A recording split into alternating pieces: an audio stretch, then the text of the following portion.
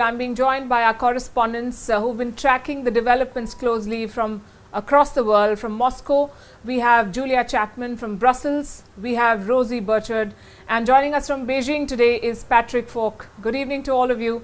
Patrick, I'll start with you. You're in the city where all the action happened today. President Putin of Russia was in Beijing today and he attended the opening ceremony of the Winter Olympics. How do we see this visit and everything that came out of it, including the joint statement? Moscow and Beijing have been getting closer and closer together. They've been cooperating and partnering with one another on a number of things like trade, technology, even military exercises. And the Kremlin said that President Putin was coming here and going to be signing possibly 15 deals with China. They've also been increasingly coordinated in their pushback against the West. And although China is ambivalent about the idea of Russia invading Ukraine, it has shown sympathy towards Moscow over its concerns about NATO. In a conversation that took place between US Secretary of State Antony Blinken and China's Foreign Minister Wang Yi, the Chinese Foreign Minister said to Antony Blinken that those concerns had to be taken seriously. At the same time, though, this is an incredibly important event for China, and many analysts have said that the last thing China would want is for something like Russia invading Ukraine overshadowing the Winter Olympic Games. Julia Chapman, what does today's meeting between President Putin and President Xi and the joint statement mean for Moscow's campaign here in Ukraine? Well, certainly the support from Beijing is a welcome move for Moscow. Russia, in its campaign to exert pressure on the West, certainly doesn't have a lot of allies in that part of the world. And China and Russia have been growing closer together over the past few years. Of course, that comes after Russia annexed the Ukrainian peninsula of Crimea, was met with widespread sanctions by Western countries and needed somewhere to turn for an economic partner. China was the natural answer. Although China doesn't acknowledge the annexation of Crimea, it doesn't acknowledge that Crimea is part of Russian territory, it has certainly stepped up economic and political cooperation with Russia in the years since. Now, China is urging a de-escalation of the crisis on Ukraine, but it also has backed Russia when it says that it isn't planning to invade. And we've been hearing today from the two leaders meeting in Beijing ahead of the opening ceremony of the Winter Olympics, really expressing a deepening of that cooperation. They said that they had coordinated their foreign policy approaches. They stood for a multipolar world. They were condemning the use of sanctions and trade wars. They condemned the use of human rights as leverage on other countries. So certainly there are many areas where there is overlap between Russia's interests and China's interests.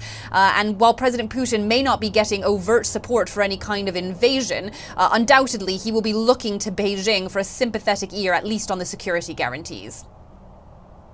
European leaders are making a beeline for Moscow, first Macron and then Olaf Scholz of Germany. What are the chances of diplomacy delivering after the kind of threats we saw of sanctions and, of course, the growing troop deployments from both sides? It is difficult to see how these meetings can resolve the ongoing tensions. They are now part of several weeks of diplomacy between Russia and the West aimed at de-escalating the situation over Ukraine. Of course, Emmanuel Macron has held 3 phone calls with Russian President Vladimir Putin in the past week alone. He's now going to come to Moscow for a visit to meet in person with President Putin. He believes that he can have some impact. Of course, France and Germany were both involved in the Normandy format. They helped bring about the Minsk agreements, which were the way that Russia and Ukraine agreed to resolve the crisis, the ongoing conflict in eastern Ukraine between the Ukrainian military and Russian-backed separatists. That agreement has since fallen apart, but undoubtedly France and Germany do play a role in getting Russia back to the table.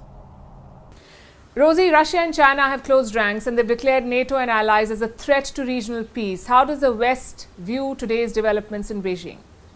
Well, you can imagine that here in Brussels, this announcement of this new kind of partnership or a joint strategy is not particularly welcome. Now, it has to be said, NATO is being tight-lipped on this. I asked them for a reaction and they said they had no particular comment, but they did point me towards the past statements of the Secretary General Jens Stoltenberg, in which he basically reiterated that position we've heard many times before, that NATO will never bar Ukraine from joining the alliance. Now, Ukraine is not currently a member of the alliance. That means that it's not party to the alliance's collective defence agreements.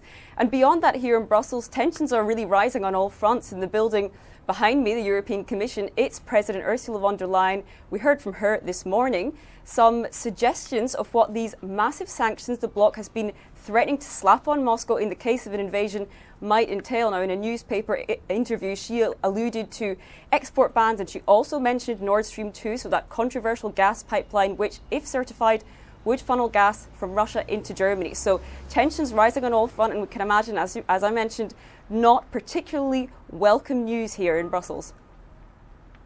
How does NATO see Turkey's role and the offer of mediation?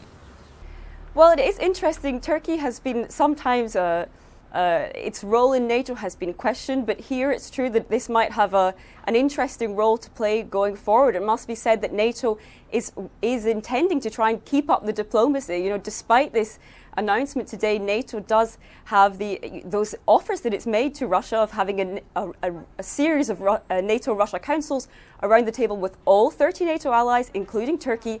That offer still stands, and as do its proposals on how to find some common ground. So in tricky areas like arms control, and even when it comes to joint military exercises. So moving forward, NATO will really be drawing on the expertise of all its allies, and will be trying to invite Russia to sit down at the table and find a diplomatic solution, a way forward and a way to de-escalate.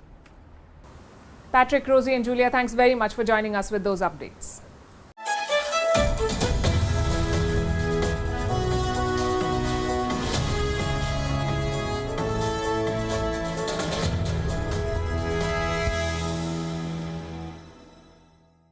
WION is now available in your country. Download the app now and get all the news on the move.